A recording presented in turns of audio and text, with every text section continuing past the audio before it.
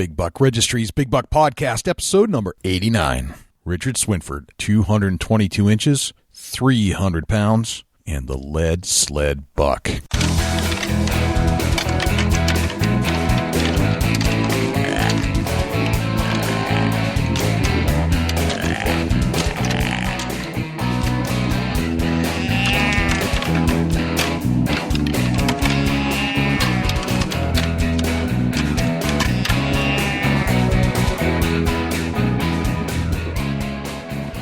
Big Buck Registry is a virtual museum of hunting stories. We preserve a piece of Americana by interviewing and recording hunters about their hunts and experiences from across the country. And who knows, maybe we'll learn a thing or two along the way that'll help us take our hunt to the next level.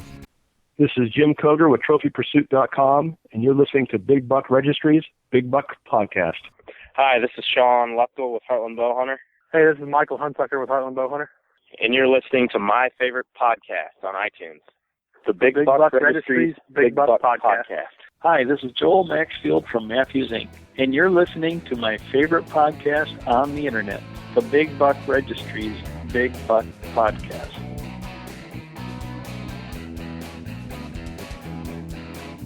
Welcome to another Big Buck Registry's Big Buck Deer Hunting Podcast. This is Jay Scott.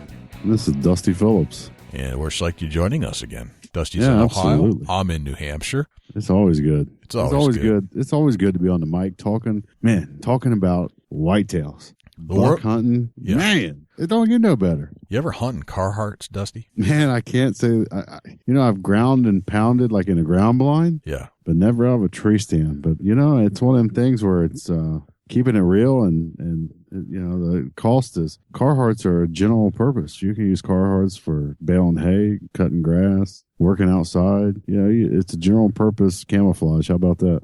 It is. And I think there are a lot of American hunters that would probably throw on some Carhartts and a hoodie and go out in the woods.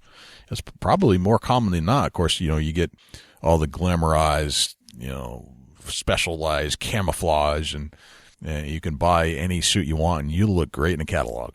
Yeah, right. But at the end of the day, you got to ask yourself, does it really matter? Am I going to shoot a bigger buck because I bought some camouflage? Right. I don't know. And my case in point here is a man that shot a 300-pound big Indiana whitetail. That's a dressed gut weight. Yeah, so 300. Probably 400 plus on the hoof.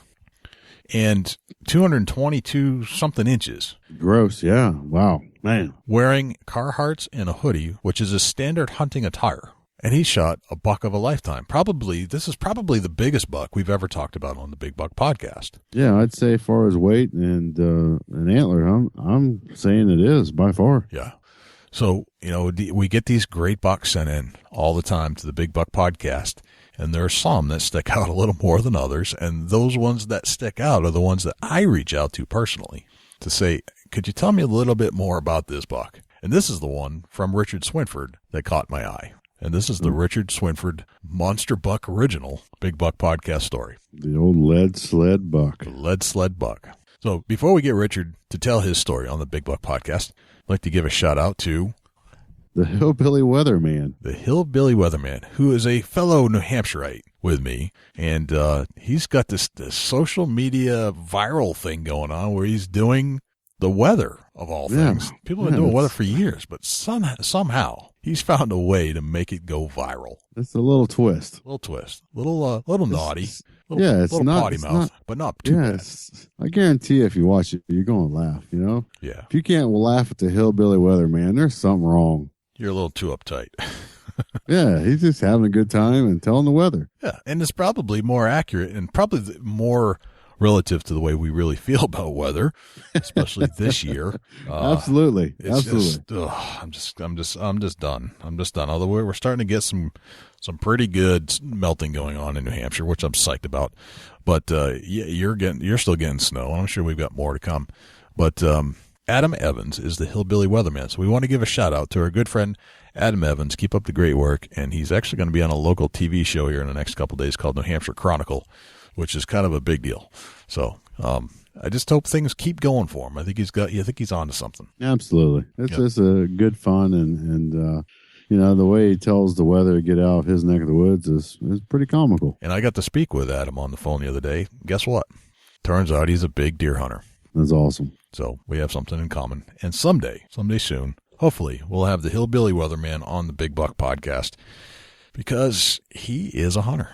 And we like talking to hunters, especially hunters that take big deer, 300-pound deer. So let's get Richard Swinford on to talk about the lead sled buck. Let's get him on, Jay.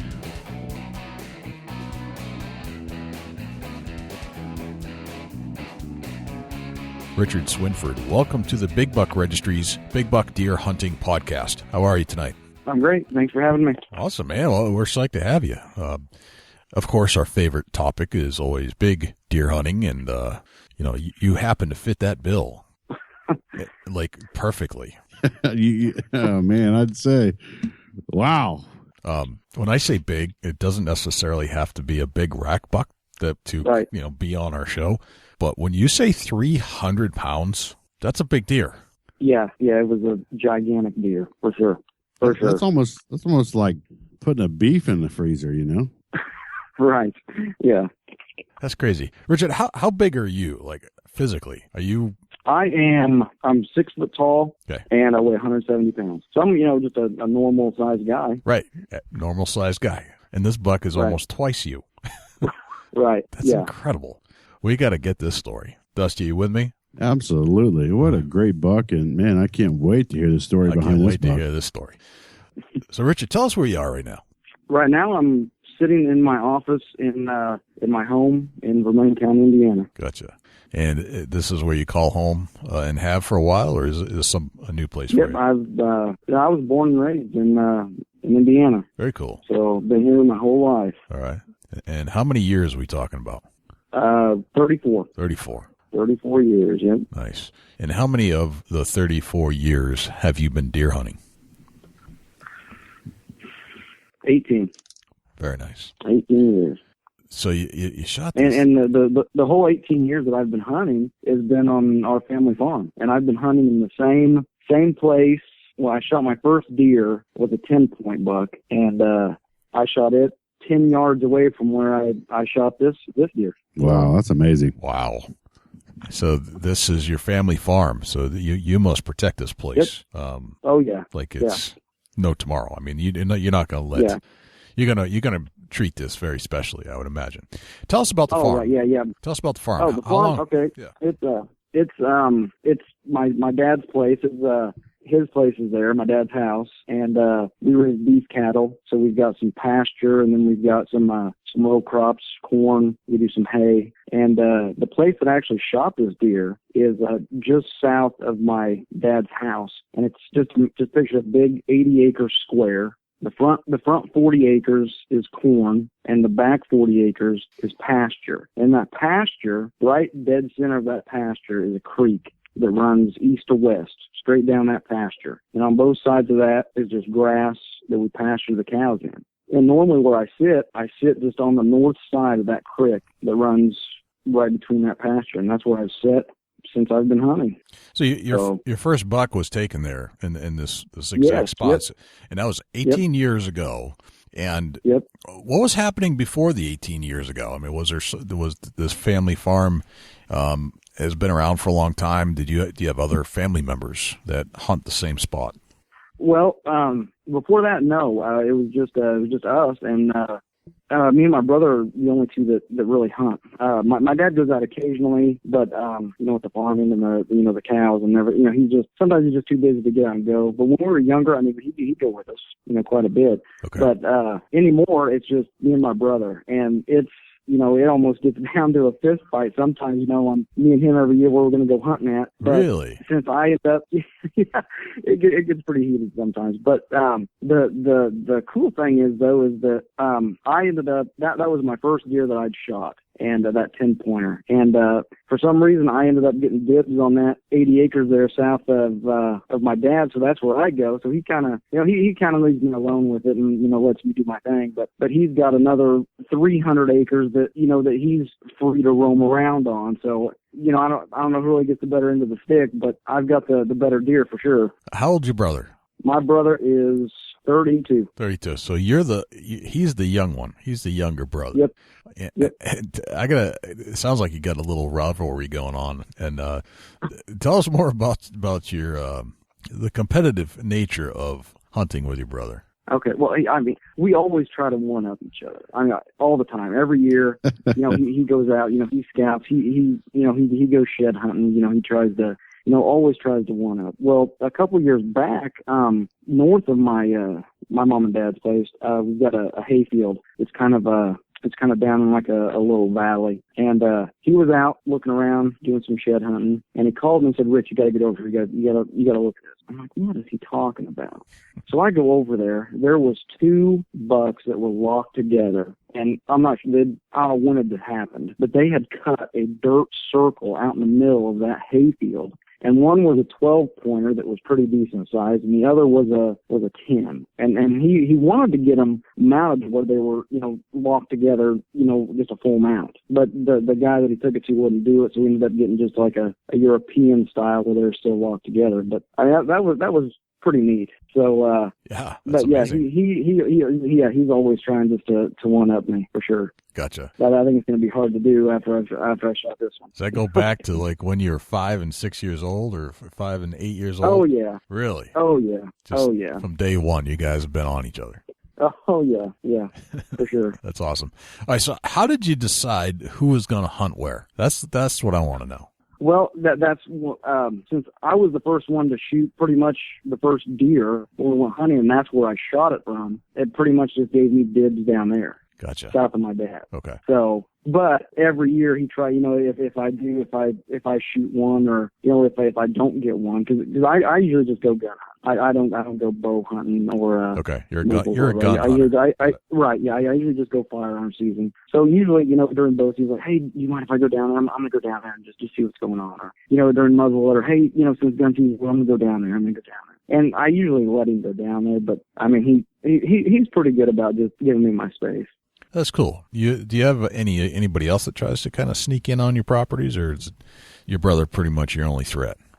Pretty much, yeah, just my brother, really. Gotcha. We've got a few guys every year that want to come out and they just want to meat hunt. They just want a doe or something just to throw in their freezer. We let those guys come out and do that, but they don't go where I go. That's kind of off limits, really. Gotcha. Is the family farm part of your lifestyle and livelihood, or is it just something that's still in the family and you use it for alternative means? Well, my dad's livelihood for sure, and I work there part time. Okay. And the other time I work in town with the water department. So, but yeah, it's always been his livelihood. So gotcha. What are you producing on the farm? We've got corn that we grow, and then soybeans, and then hay and then some of the times we cut silage. Okay. So we can feed the cows through the winter too. So gotcha. So yeah, so there's definitely a part of your life that's been there for a long time. This farm, right? From as long as you can remember. And how many generations back does it go? Two generations. Gotcha. Yep. Right. And then another neat thing is my the country block that my dad lives on. My uncle together pretty much own that entire block. Okay. So I mean, it's all family that hunt around us pretty much. Gotcha. So I mean, all the guys that are coming in, and he's pretty strict on the guys who lets come in, and hunt too. So my cousin, he lives just up the road. So I mean, we're a pretty close family here. So and it makes it nice in a way because everybody that's and where they're going to be hunting, and you don't have to worry about this guy walking in on you and who's hunting over there, and so it makes it pretty nice, especially for our kids. When they're going to get old enough to where we can take and we don't have to worry about the guy that's hunting on the other side of the property and where he's really going to be, and so it makes it kind of nice. Yeah, that's that's a special spot right there. I mean, it goes back couple generations, and your whole family gets to enjoy it, and it's nice that you have so many outdoorsmen that actually not only work the land for your livelihood, but you also enjoy it for recreation too. So it's not just work; it's recreational. That's very cool. So going back 18 years, 1997.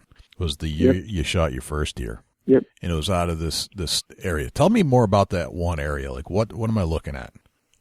Okay. Well, the area pretty much it's separated. You have the cornfield, the 40-acre cornfield that's out front. There's a county road that runs east and west at the north end of that cornfield. Okay. And then right to the south of that 40 acres, there's a fence row that splits that and pasture. And then right dead center of that pasture ground is a creek that runs east and west through there, and that is the only place that there's trees in that pasture, just right along that creek. Okay. The whole width of that spot down there. And I usually sit where I usually sit is just on the about dead center of that pasture, just right on the north side of that creek. What's on the east and west end of the creek once it reaches the property line? Okay, once you get on the west end is a county road that runs north and south, and then on the east end is my uncle's cornfield, and I think that's 110 acres. I think that's over there, and that's what's on the east side. So it's kind of a little hangout in between the county road and a 110-acre cornfield.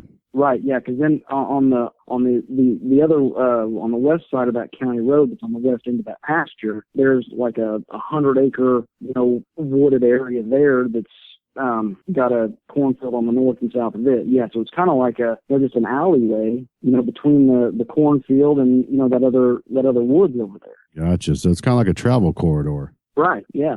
Yep. Interesting. Very, very interesting. So you shot your first deer in 97, and it was back then that you realized that this was a good place to hunt, and it's kind of been the same layout since then. It sounds like trees grow a little bit, and maybe a little change here and there to the topography based off of climate and stuff like that. But generally speaking, it's been the same for 18 years. Yep. And how many years in a row have you shot deer out of this one location? The only year that I haven't shot a deer was 2012, and I think 2009 were the only 2 years that I didn't harvest a deer out of there. Every other year besides that I had. Gotcha. What were the reasons why you wouldn't shoot a deer? Was it that none were coming through, or you just didn't find anything that you liked? Yeah, pretty much. I just didn't see anything that I really liked. And then, after, shooting this buck, it's, because every day you walk in the house, you see this deer hanging on your wall. So then, you're getting psyched, you're for hunting season, you're ready to go out. And then you go out and you sit and, you see a really decent deer. Man, it's just not, what I really want to shoot. Right. Gotcha. So that's really the only reason. Gotcha. Let's get into your setup a little bit, Richard. How do you prepare for a hunt? And when I say prepare, I mean, going back to even preseason, hunting for a lot of us is all year round, and it's not that you're necessarily hunting, but the preparation is a ongoing thing. When do you consider the season to start? Like, when do you start getting active again for the next deer season?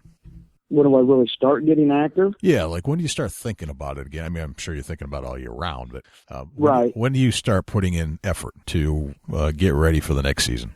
Usually what I really get hyped up is when we start, harvesting the crops. Okay. Because, it's starting to get cool, it's the fall, the crops are starting to come out. It's, it's getting close, but, it's right there, but you can't go yet. It's one of those deals. It's so close, but, you still gotta get the crops out before you can go. And that's kind of getting onto a different topic here.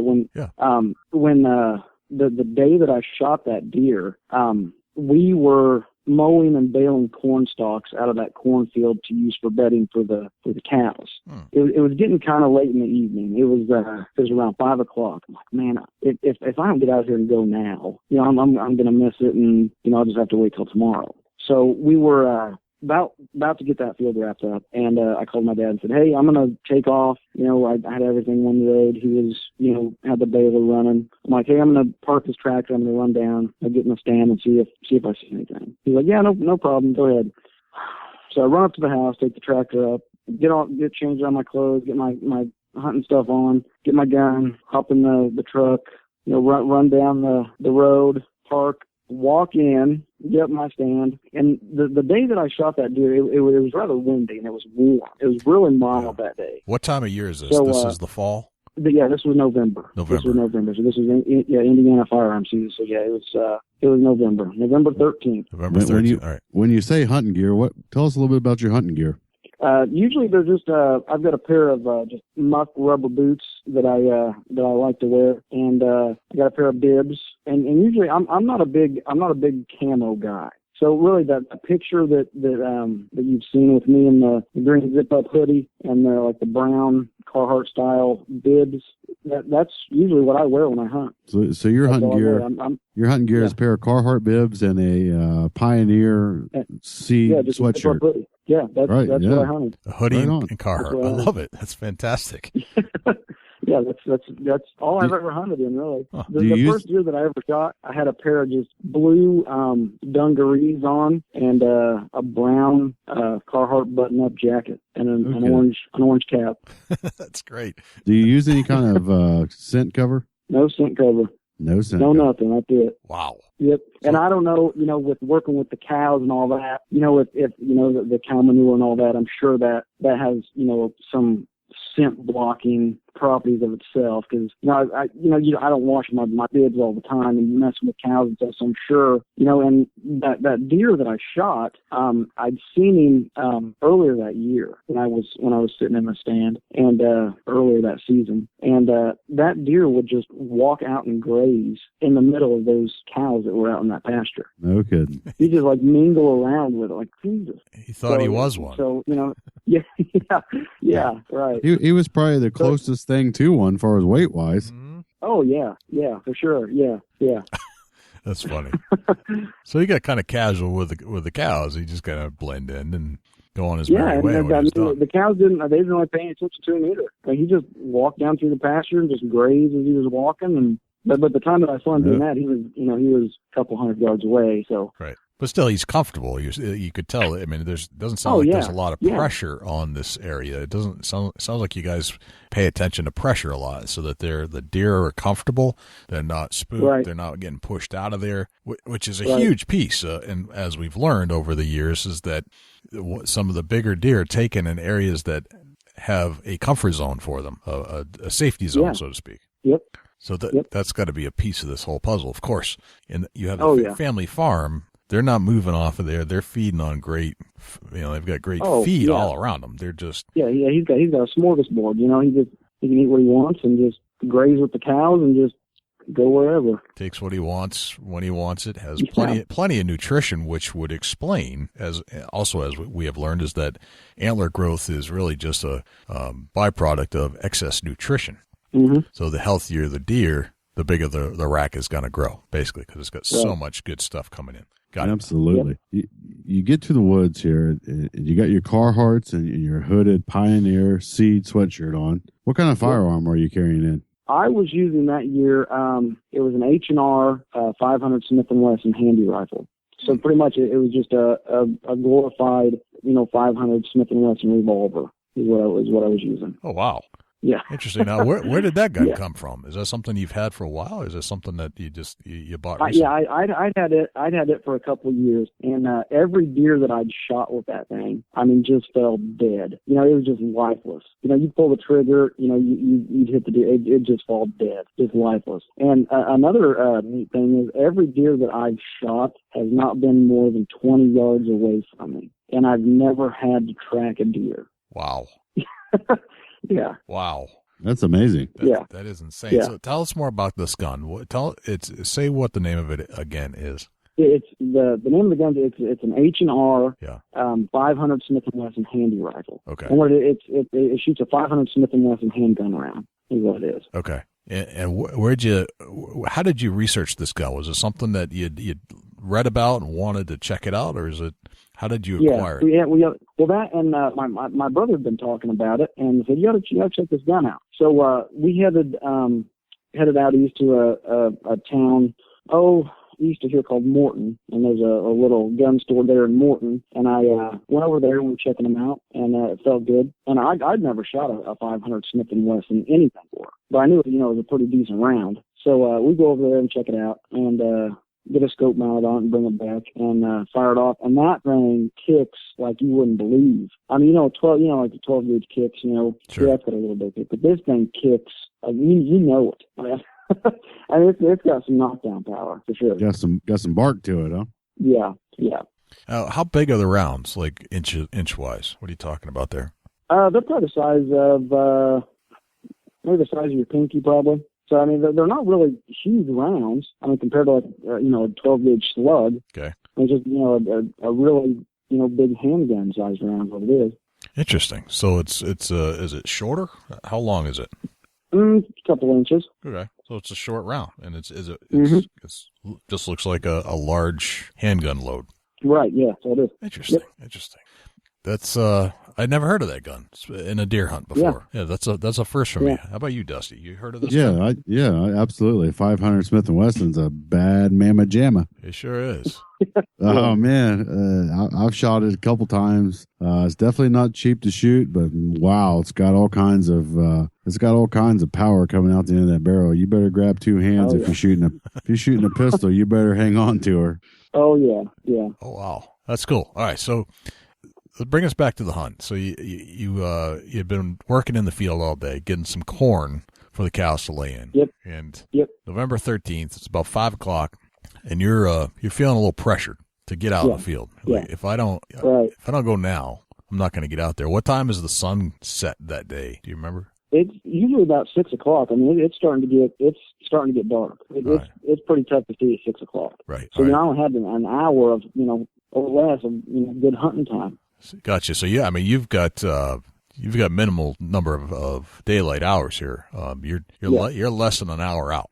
Yeah. You run back to the house. You change in your Carhartts and your hoodie. Grab your 500. Get in the pickup truck. And where do you go from there? From there, I head west to my dad's, straight in front of the cornfield. Take a left, head south, and then there's a bridge about halfway down that road, and it's about where the fields are separated. And I usually park there, or I normally park even further south. But I parked there that day. Got out, walked down the fence line, did this next foot road all the way down to the creek, and then followed the creek halfway down to my stand. So I get up in my stand. By that time, I'm panting because I'm hurrying, trying to get down. But I don't want to make too much noise, to run something off if something is, down there or, bedded down or something. So I get down and get up in my stand. Are you concerned about the sound or anything like that? I mean, is it windy enough to cover any kind of sound that you're making from movement? Well, yeah, the wind was blowing. I mean, it was breezy. It was breezy. But, I didn't want to sound like a big bear running through the woods. I was trying to, kind of watch the sound stuff. But, so I made it down. I got in my stand, sitting there trying to catch my breath. So by that time, it's, 5:15. So I'm sitting in my stand. Cows weren't out there that day. They weren't out in the pasture. Normally, when I'm sitting in my stand, the cows are, 100 yards away out in the pasture. I can see them kind of mingling around out there, grazing. But they weren't out there that day. So I'm sitting there and I'm trying to listen for something, some kind of movement, anything. But with the way the wind was blowing, I mean, you couldn't make out if it was a squirrel or a cow or any kind of animal. The way that the wind was rustling the leaves around. So I'm sitting there and I pull out my phone. Check the weather, check tomorrow's, sunset, if it's going to be breezy, what the temperature is going to be. Because I know I've always got another day to go. So didn't really figure I was going to see anything. You're already thinking about tomorrow. Right, yeah. I'm like, well, this is, just pretty much a waste, really, coming down here. But, hey, I'll give it a shot. Come down here, sit in the stand, see what's going to happen. Yeah, so I had my phone out, checking the weather for tomorrow, the temperature, wind, just checking everything. So I'm looking at my phone. Not really paying attention to much. And I hadn't been in the stand probably 10 minutes, if that. I look up and I catch this, kind of a white, kind of like a white shimmer kind of. What the hell is that? Where is this white shimmer coming from? This is to my right side. I just kind of caught it out of, the far corner of my right eye. Okay. And there's the creek's right behind my stand. So I'm kind of, messing with my phone. I see this kind of like this white shimmer. I'm like, what the heck is that? So I turn and look, and I see this rack behind this brush. How far out is it? 10 yards. 10 yards? Yeah, 10 yards. 10 yards away. So oh my God. It's not like it's 100 yards into the pasture or anything. I mean, it's right there. No, this thing is right there. I mean, it's right there. So I'm like, oh my God. So I'm sitting there. I'm like, I've got my gun across my lap. I've got my phone in my hand. This deer's 30 or 10 yards away. I'm like, what is going on? So the deer was behind enough brush and had no idea that I was there. So he was still kind of just moseying along, just kind of walking nice and easy. So I slip my phone back in my pocket, get both my hands on the gun. So by that time, he's, about straight out from my right shoulder. Okay. So I'm sitting there waiting. And straight out in front of me, about 20 yards, there's a big pile of brush, like a big, a mulfa rose bush. So I'm sitting there, and that deer gets up, gets right behind that mulfa rose bush. So I get my gun up, perfect chance, get my gun up, put my gun up, get against my shoulder, looking down the scope. Deer walks out, broadside, look down the scope, pull the trigger. I still got the safety on. I'm like, oh my God, like this deer's gonna see me. It's gonna see me. So I release the safety on the gun, get him in the scope, pull the trigger, boom. I saw I saw a big red spot on the deer, right behind the front leg. Oh yes, I got it. That deer takes off running. I mean, this thing is just on a dead sprint. Every other deer that I've shot with that gun dropped dead instantly. This deer takes off just running. I'm like, oh my God, please go down. I know I hit it. So I watched that deer. It probably ran 200 yards and then ducked right into the creek. And I heard a big, crash, bang. I'm like, oh my God. And this is behind you, the creek? Yeah. Okay. So he took off, he was right in front of me, then he took off, just 200 yards, straight west, and then ducked back down the creek. Okay. So I'm like, oh my God. So I'm like, what the heck do I do? I'm like, I'm not going to get down. Risk that thing getting up and taking off. And sure. Oh my God. So I texted my brother. Got my phone out, texting my brother. I'm like, Rob, you're not going to believe the deer that I just shot. He's like, yeah, whatever. So I texted him. I texted him again. I'm like, seriously, you're going to have to come down here and help me a little bit because, but we got to track this deer. It's starting to get dark and I need somebody to help me. She was like, yeah, just call me if you get down and see something. Oh, okay. So I sit there for a little while. I get down, and it's just about dusk. So I climb down, walk over where he went into the woods down by the creek, and I see that thing laying there just all watered up, laying by the creek. I'm like, oh my God. So I get my phone out, take a quick picture, and send it to my brother. Within 2 minutes, he was down there to help me drag that thing out of the woods. And he got there pretty quick after I framed the picture.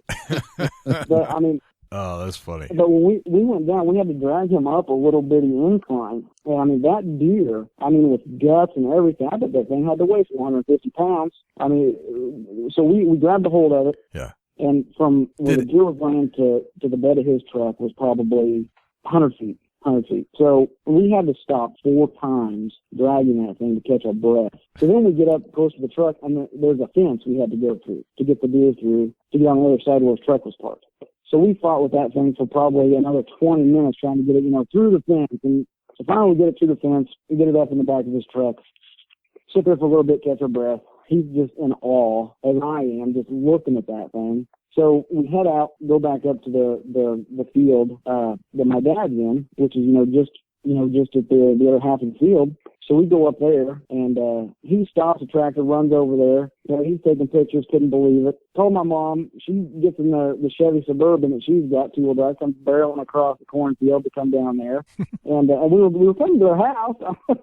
We had to come back to the house. So then we get back to the house, and I told my girlfriend at the time, sent her a picture and called her. So she ended up coming over, and her mom, and the neighbor guy and his kids and my cousins, all them came over. It was a big ordeal. It's pretty much a once-in-a-lifetime deer. Right. That's, something that doesn't happen all the time. Right. A deer like that just, it was something else for sure. Word spreads pretty quick in the neighborhood. Oh, yeah. All it took was one text, and it was wildfire. That was it, yeah. That's crazy. So what, you had to go 100 feet to your truck. Was it like just a dead pull? 300 pounds gutted. It's got to be 400, right? Oh, yeah, I'd say at least 400 pounds. So that's when he first got there. I'm like, you want to get this deer here? Like, no, let's get it in the truck. Right. Good idea. So he was more excited about it than I was once he got there. So let's just get in the trunk. So what was the initial, grab the antler and pull like? Was it just like this dead weight you couldn't even budge it? Or oh God, what did it feel like when you finally grabbed onto it? Oh my, yeah, and he's 6 foot, 250 pounds. He's a pretty stout guy. So, he'd come down, and it was all me and him had to drag that thing. Yeah, it was like you grabbed a hold of it, and it was like trying to pull on the front of a truck. It just didn't want to go at all. So finally, we got it moving, and Jesus, but he didn't want nothing about getting it. He wanted to get it in the truck, and we're going to go show it off. That's what he wanted to do. What was running through your mind when you felt the sheer size of that on that antler? What were you thinking? Oh, my God. It was almost just pure shock. It was one of those deals where, you didn't even believe it was real. Like one of those deals. It was just, I just amazed. You're dumbfounded, really. Wow. It's something else. That's insane. So how did you get it from the ground into the truck? You just pure just pulling on it. Yeah, I think I got in the bed of the truck and he lifted the head up. So I'm holding on to the head of this thing, yanking all I can on it. And he gets on the back and, we're fighting. And finally we get that thing, up to, and every time we pull on it, its shoulder catch the tailgate. So the tailgate want to come up. Every time we pull on it, the tailgate want to come up with the deer. Right. So, that's just fighting against you. So, it was a battle. It was a battle. So how long did it take you to drag it from the creek into the bed of the truck? Like to actually lift it into the truck? How long did it take from that point to the point where you could actually drive away? Oh, geez, it's like a good 20 minutes or more anyway. And it was only 100 feet. Right. 100 feet is not. That's a lot of weight. That's a lot of weight to drag up a hill. A ton of weight. Yeah. Wow. And usually, and every other year that I've shot a deer, he'll bring the tractor with the loader bucket. Right. And then this year, he brought the truck down. And when he brought the truck, I didn't even get to remind him, like, hey, Rob, just go back and get the tractor. We can just roll it in the tractor bucket. Right. It didn't even cross my mind until after we got back to the house, after wrestling this deer, hey, we could have just went and got the tractor and, just rolled it in the bucket. Well, of course, like all the other years, but this year, no. Right, yeah, yeah. Oh, that's funny. So did you end up hitting it right exactly where you aimed, or was it? Yeah, right behind the front, it being the deer's front left shoulder. Okay. Yep, right there.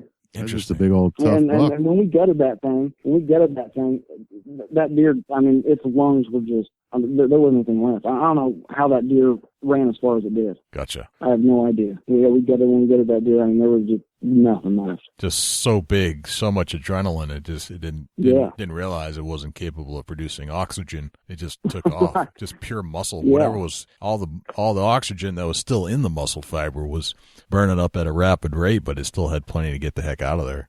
Yeah. Because it's so big. Yeah. Yeah. Man, that's insane. The picture that you've got, with me sitting, that's the bed of my brother's truck. That was after we'd give the deer, we loaded it back in the truck, and he took the picture.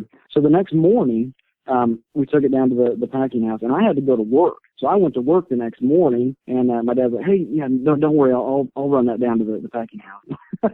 Like, all right. He's pretty excited about it. So I'm like, all right, yeah, go ahead. And I said, just call me and, let me know what it weighs. Because we were both interested. Because, that thing, we knew it was a horse. So he called me and said, you're not going to believe this. I said, what a weigh? About, 200 pounds? Yeah, because usually, 200 pounds, that's a pretty decent-sized deer. Right. 200 pounds, dead dress. So he's like, no. And I go, how much does it weigh? Like 300 pounds. Like, there's no way. Like, yeah, 300 pounds. We weigh it twice.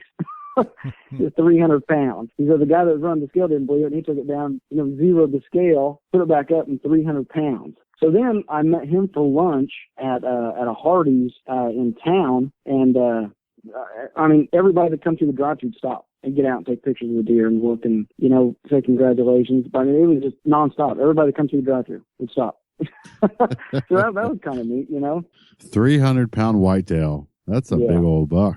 And that's dressed. 300-pound dressed. Yes, that was whitetail dressed. Buck. Yeah. I've dragged a 240-pound whitetail out of the woods dressed. 240-pound dressed. Yeah. And that was heavy. I can't imagine what adding an extra 60 pounds plus the guts. Yeah. The 60 pounds is dead weight. Yeah, plus the guts. Yeah. Yeah, that was, the 300 was field dress. Yeah. That would be intense. And what would, if you had shot that anywhere else but your farm. It would have it would have taken you a couple days. Like if you shot it out in the middle of the woods, unless you had four-wheeler capacity. But even then, a lot of these four-wheels, I'm not sure would handle an extra 400 pounds. Well, and that's, I kind of lucked out because the pasture there, I mean, it's got like that creek's, down and, it's got a couple rolling hills on both sides. But I mean, there's no, really big ravines or gullies or anything. 'Cause, I mean, if that deer would have went down, a gully or, a big, ravine or something, I don't know how you would have got it out of there. Right. You had to call in some more manpower. Yeah. I mean, it can't be, anything can be moved, no question. But just the sheer size I mean, you just don't hear very often of 300-pound dressed whitetail coming out of the woods. It's just it's a rarity. It's extreme rarity. Yeah. I guess out in the Midwest like that, you might find them, but it just doesn't happen that often. So you had a 222-inch, 300-pound deer is what you ended up with. Yeah. Wow. Yeah. Awesome. Great job, Richard. That's just fantastic. How'd he taste, Richard? How'd it taste? Yeah. Was he a big old gnarly, just not good tasting buck, or did he actually have some decent meat? That's the question. He was pretty tough. I bet. Did you get him aged at all? Did anybody be able to determine the age of him?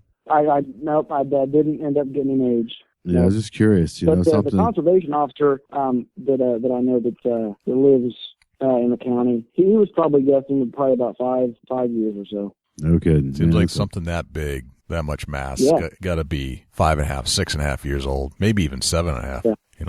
They just don't get that big, even with the perfect nutrition. It takes a lot. Right. Yeah. So now here's the classic question, and Dusty's going to pick on me for asking this because this is his favorite question. What did you end up naming this buck? What I end up naming it? Yeah. Did you give it a name? I thought about it, but I haven't actually gave it a name. We think all big bucks deserve a name. Dusty, what's on your mind here? What are you thinking? I'm going with Lead Sled. Lead Sled. The Lead Sled buck. What do you think, Richard? Does it stick? I like it. The Lead Sled buck. I love it. Yeah, it was like pulling a lead sled up to the truck. It sounded like. Yeah, it was. That's a good name. And I don't know if you guys noticed. You can really tell in that picture, but on his right side, double main beam. The way that it split, there's actually three. When they scored it, they were having a hard time because there's actually three main beams. No kidding. Good God. Yeah. This thing's just the stud of the woods. It's like something you'd see in like a fairy tale on TV, but it's real. Yeah. Yeah. Wow. That's amazing. It's phenomenal rack. It's probably, with the size, the weight, and the antlers, I'm guessing you got the biggest buck that we've ever talked about on the Big Buck Registry. I think so. I think this might be the scale tipper here. I don't think we've ever had anything quite this big. Close, but not with the pure size. Right. The weight's where you got everybody. Weight, yeah. Wow. So how do you think about it today, Richard? Is it something you still think about every single day? Do you have a mount to look at that reminds you of the day that you took the buck? Oh yeah. Yep. I see it every day. And this past weekend, I actually had it on display at the Indianapolis Deer and Turkey Expo. So it was on display over there for 3 days. Very so that cool. was kind of neat to go over and kind of display that, and that was really neat. And what were people saying? They liked it. I mean, pretty much, and they're just amazed, just in awe. So I mean, it was kind of neat just to take it over and just kind of, show it off and let everybody see it. So it's pretty neat. 300 pounds. Wow. Of pure whitetail stud. That's the Lead Sled buck. There it is. So Richard, now that you've killed a buck of a lifetime, what's hunting look like for you going forward? That's what a lot of people just kind of jokingly said, well, hey, you can retire from hunting now. Hey, you're done. You got to let somebody else go down there and hunt, or I'm going to go down there. But I don't really know. I've talked with my brother and everybody before, and I don't know. Do you start over? What I mean? And but I've always shot really nice bucks, and it's hard anymore after coming home every day and you see this thing hanging on the wall. It's just hard when you go out to shoot something that's not of that caliber. You know what I mean? Which, right. I may never get another chance at something that, of that caliber, ever. So, it just makes it kind of tough. I still enjoy hunting. I still enjoy, going out. And this past year, I ended up shooting a pretty decent 9-pointer. So that's kind of, and the deer always look, really big, on the deer. And, when they're moving, the deer's, up on all fours and walking, they always look huge. So I've got the 9-pointer, I thought was decent enough to do like a European mount. So I've got it mounted, and when I got it back, I've got the lead sled in my office. Yeah, there we go. The lead sled. Old lead sled's in your office. Yeah, so I've got him in the office, and when I brought this 9-pointer in here that I got, it was just almost depressing, because it was a really nice, a really nice 9-pointer, and I've got it hanging. So I'm, I don't know really what to do or where to go from here. So I'm still tough, gonna hunt man. for sure. Yeah, I can relate to that. It's definitely tough. You almost go into a point where you pass a great buck because you're like, man, I've got a monster on the wall at home. I don't know if I'm gonna shoot that. And in reality, though, it's truly a monster buck in anybody's eyes. Yeah, and I'm admitting the guilt on this. I've passed some great bucks and watched them walk away. Like, what are you doing, man?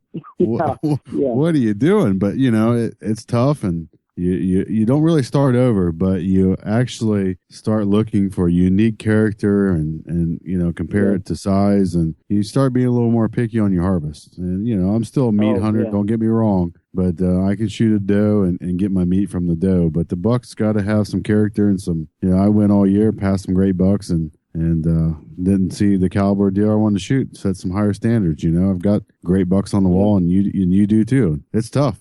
Yeah, it's an interesting problem to have. It is, but it forms a whole set of dynamic complexities that most hunters probably don't have in their life until you get to this phase where you are fortunate enough to harvest such an amazing animal. Wow. Yeah. That's beautiful. So what's your best tip? If you had to share one tip, what's your best tip you would share with somebody if they wanted to become a better hunter? I could just relax. Have a good time. When you go out, just relax and just enjoy yourself. Just have a good time. And that's a great tip, really. That's a great tip. Yeah, I like that one a lot because it's all about, you just kind of forget about all the other stuff, and you chill out, you relax, and you just enjoy the moment, and you don't, you kind of remember why you're there in the first place. It's not.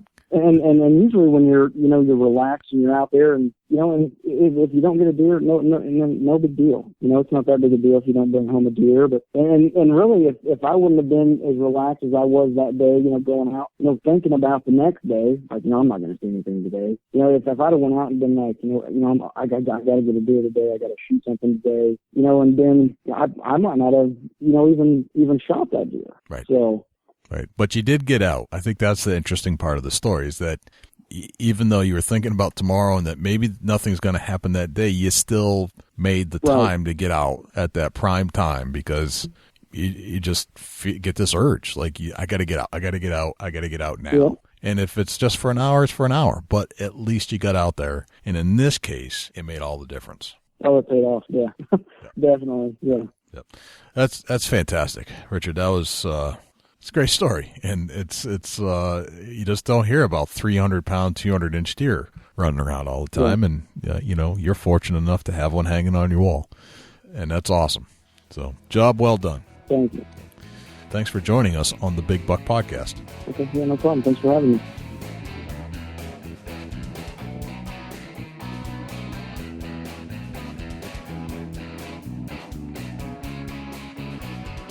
What does 400 plus pounds on the hoof look like anyway?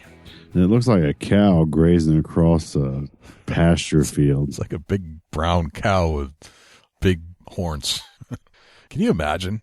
Yeah, I can imagine. Yeah, you can kind of relate to that. That's a 300-inch or a 300-pound buck. That weight-wise is, I'm going to say it's not uncommon here in Ohio. Right. Now, the antlers that Richard's buck has, wow, that's a stud buck all the way around. I mean, it's got all the qualities in a trophy whitetail that you would ever want. It's got it all. It had an extra main beam. It had a 222-inch gross scoring rack on it, and it was 300 pounds dressed. I mean, that is all the qualities across the board of a trophy giant whitetail. You know, that's a buck of probably 3 lifetimes. Yeah. Do you routinely weigh bucks in Ohio? Yeah, It's just one of them things where you kind of want to know. You know, for one.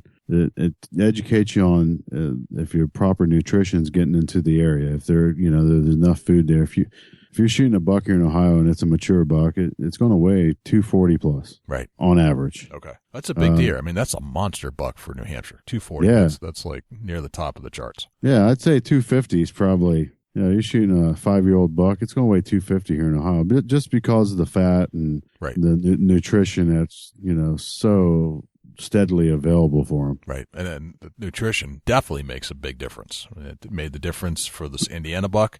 Indiana's not far from Ohio. I mean, it borders Ohio.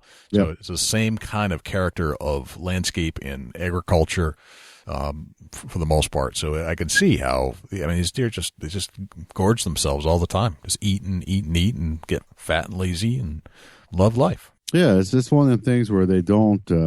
we normally we don't have deep snow, right? So they can graze through a corn and soybean field pretty much year round, right? And they pick the green up in the spring. We got a lot of hay fields, so there's alfalfa, timothy, and just all the quality nutritional value of greens and the tonnage. You cut a hay field, what's it do? Come right back. The tonnage just keeps producing.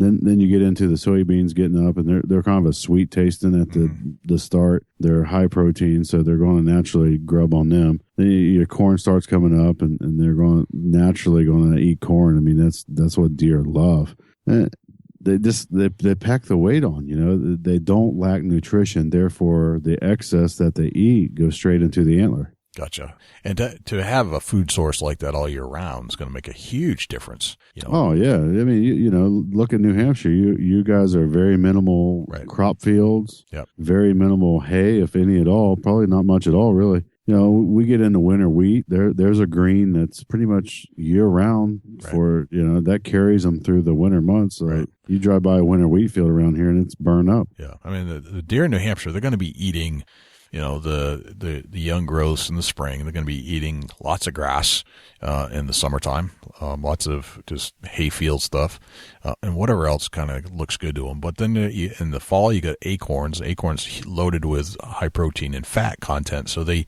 gorge themselves on those things, which gives you that descriptive flavor of a New Hampshire buck. The acorn, I'd almost describe it as a richer, gamier flavor than some of the places you might find in the Midwest. Some people like it, some people don't. But then after that, once the snow starts flying and it gets, a foot deep, they're relying on all their fat stores to make it through the winter. So, and their fat stores is not real big. Right. Especially coming out of the breeding season for the bucks. So, they don't have a lot to rely on going in, and what they do have is pretty much gone. But if they make it through, you're right. So large winter kill during the winter because there's nothing of nutritional value to replenish. Right, and that's why your herd struggles growth wise. Mature bucks. It's a young buck's going to make it because he can toughen it out. Right. He's got more energy. He's got, a little more ability to travel the distance to get the food, where a mature buck may not have that energy. He may not have that drive to stay alive. So, you're not seeing the mature bucks make it through the winter where the young bucks are. And you guys struggle as far as having that extra nutrition to make the antler growth. Right. It's a big difference. So to not have any snow, and when they're feeding on hemlock, which doesn't give them a whole lot of nutrition, it helps some, but it takes its toll. So, but nutrition's huge, and clearly, as seen in the lead sled buck and in the chubby tines buck, nutrition means a lot to a deer. Oh yeah, absolutely. Yep. Antler growth, it's just phenomenal. Yep. Well, it's proven. Thank you to Richard Swinford for telling us that story. It's like most hunters, I would think, can relate to that. It meant a lot. So very cool. Dusty, do we have a chubby tines tip of the week this week? Yeah, we do actually. We're getting into where shed season is in my eyes, officially here. We crested March 1st. You know, we're getting into the first week of March. Mm-hmm. It's time to get out and start taking a look in your area to see if that big buck has left you a ground surprise. So this, you know, now's the time to go. That my tip of the week is going to be that, you know, you get out shed hunting, take advantage of this time to not only find the antlers, but educate yourself on your area a little further than you were before. Shed hunting is great educational value. Yeah. As far as finding bedding areas. You know, now's the time to take a glimpse in there and see where their travel corridors are, where when you go in the hunt, you're kind of staying away from walking their trails or being in their area that they're normally in. You're just kind of skirting it when you're hunting. But now it's time you can get in there and you can get the full exposure. It's like getting deep into a book that you've only read 4 or 5 pages to. Now you can go through and read the whole story, put it all together, and then hope for the ending of the story to be awesome this fall when you start hunting. Right. That's, you know, I took a drive around my town just the other day, and I was looking for basically where the deer are yarded up, and it's giving me clues as to where I should be going, and I'm finding places where I didn't even think deer existed for the most part. And what's funny is a lot of these heavy-duty trails are within, I don't know, 1/10 of a mile of a downtown area. That's amazing, ain't it? It's amazing. So, but I'm going to comment on that. Yeah. I'm noticing the same thing around here a little bit, that the deer are migrating towards big town. Yeah. And I think that what I can research in my mind and putting some knowledge that I have of myself in that is that in town temperature is higher. Even the outskirts of town, the temperature is 3 to 5 degrees warmer. That's a very good observation. You're right. I mean, you've got downtown areas, you've got heating sources, you've got asphalt that's heating up, absorbing some of the sun's radiant energy throughout the day. And that's you got all the businesses that are producing, you know, the furnaces are running, they're spitting heat out. It's just a natural thing that they're going to this heat. I'm seeing it here in Ohio too. That's interesting. It's amazing. It seems like what I'm finding interesting here is it's pretty crazy how this is working. For some reason, the street lights are making the crops stay green. Huh. So therefore, the street light making the crops about 35-yard circle around the street lights. There's green crops. Okay. That's crazy. Well, they go in to harvest, and they just drive around these green areas, and they leave the crop stand. Okay. Yeah. Because you don't want to run that through your combine. It's just you plug things up, and you know you're gonna have there's rot chances that your soybeans are gonna be soft and they're gonna rot in the grain bin. You just don't want that. Right. That runs into a long problem. So anyway, they leave these crop stand. These deer are unbelievably tearing these areas up. And it's like a deer highway going to and from these crops, standing around these street lights. It blows my mind. That's awesome. What an interesting observation and hypothesis about just what deer are adapting to in the winter and what they do to find food. The great thing is we've seen a buck 5 miles from this area. Probably a month ago, okay? We've seen this particular buck, and he's got a funky rack, so we recognize him right away. Yeah. Like a week ago, this buck that we've seen 5 miles away from this one area has migrated over to where these crops are around these street lights. Interesting. We've seen the buck. We know it's him. You know, you could very distinctively tell that it was this buck. Right. Like a fingerprint. It's a fingerprint. Oh, yeah, absolutely. You know, as soon as I seen him, I said, man, that's the same buck we seen 5 miles down the road. But what's happening is they're trying to find a food source. You know, we've had a foot of snow on the ground. Yep. It's been cold, and they're going where the other deer are going to the food, closer to town. Yeah. Well, we've had record cold February across the country for the most part. I mean, especially from your part of the country through the Northeast. I mean, we've had some record cold temperatures, and they're adapting to this type of stuff in this way. So we're seeing some things happen that we haven't seen before. Yeah, it's pretty amazing how they are almost recognizing that closer to town they get, the warmer the temperatures. So come midwinter, let's work our way towards town. Right. You know, we're going to see a 2 to 5 degree temperature change. We made the trip. Now, look, there's crops actually around these lights. Right. So it's like, you know, they're going to recognize that I think late season hunting around town is going to be phenomenal in the next few years because these deer, this is the first year I've seen this, that these deer are actually migrating to these crops that are still standing. That's interesting. And something that, I mean, you don't usually think about, but, you know, we're talking about it right here on the Big Buck Podcast. That's why you tune into this show, is to get those little interesting tidbits about buck life. Yeah, and, you know, it seems like once they recognize that there's a food source late season and they kept them alive, they don't forget that. Right. It seems like they're going to go back every year to check that out. So I don't know. You know, if we get a cold winter early and we start getting some snow, these deer are going to do their winter migration towards town a little bit earlier. And I think that, you know, we're going to see some people shoot some big bucks that were skirting town around the offskirts that normally would not be there. But these deer are figuring out the temperature change and the food source, and it's all going to be stuck in their head, and they're going to do it yearly now. That's amazing. I love it. I just love everything about that tidbit. That's very interesting, Dusty. Thank you for that. Yeah, it's something that I recognize here in Ohio, and I'm sure it's happening in other states and areas, and it may have been happening for a long time, but this year it seems like it's advertising itself more than it ever has. Right. Yeah, I've seen tracks going in and out of these areas, but this year I'm seeing highways. The whole field's burnt up where deer are traveling back and forth to get to this food source. Gotcha. Right at the edge of town, just where the corporation line ends. The street lights run another half mile out the road, and these deer are literally making this their home for now. Crazy. Very cool. Well, I don't know if it's cool, but it's interesting. Yeah, it's just you know, something that like I said, you get a cold year, November, December gets real cold, you start seeing some snow early, and you're hunting the edge of town, you got a place there that you normally hadn't seen a lot of deer. I think that you may be sitting on a gold mine if we get some cold temperatures, some snow, and we get an early winter come in on us. Yeah, yep. I'll have to pay attention to that next year. Well, that's cool, man. So how can the listeners, and how can I find you these days, online and offline? Facebook.com/Chubby Tines Outdoors. Come check us out over there. You can submit a photo, tell a story. We always like to talk to everybody that messages into Chubby Tines Outdoors. You can also send me an email here at dusty@bigbuckregistry.com.